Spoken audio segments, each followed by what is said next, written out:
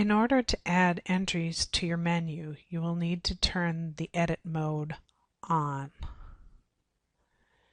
Once you have turned the edit mode on, you'll notice you'll get a gray bar up at the top of the menu with the white plus sign as outlined in directions.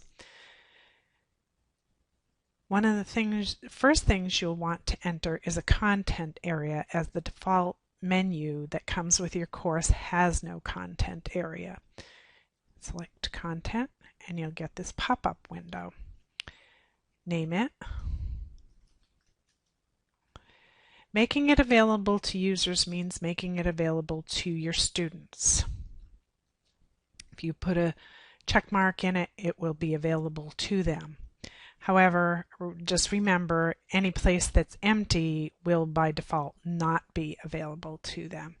If you're working on something and you don't want to have it available to them, you can leave that unchecked. You just have to remember to show it later on down the line. As you can see, my syllabus that I just put in has come here to the bottom of the menu. You can drag and drop menu entries according to what you perceive, the perceived importance level in the course. One of the other areas that you may want to think about adding to your course are tool links.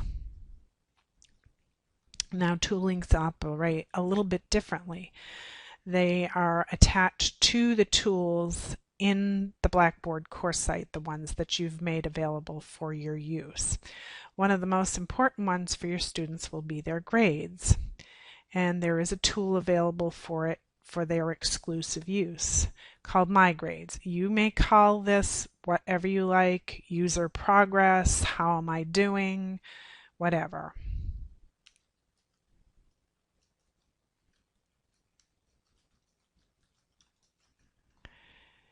What you want to do after you name it is make sure that it's connected to the correct tool. You come down to the type field and select My Grades. Again, make it available.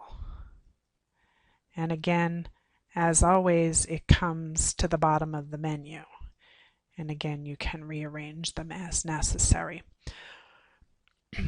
Each menu entry will have a small disk at the right-hand side that will allow you to rename a link. So if you're not satisfied with what something is called, you may rename it.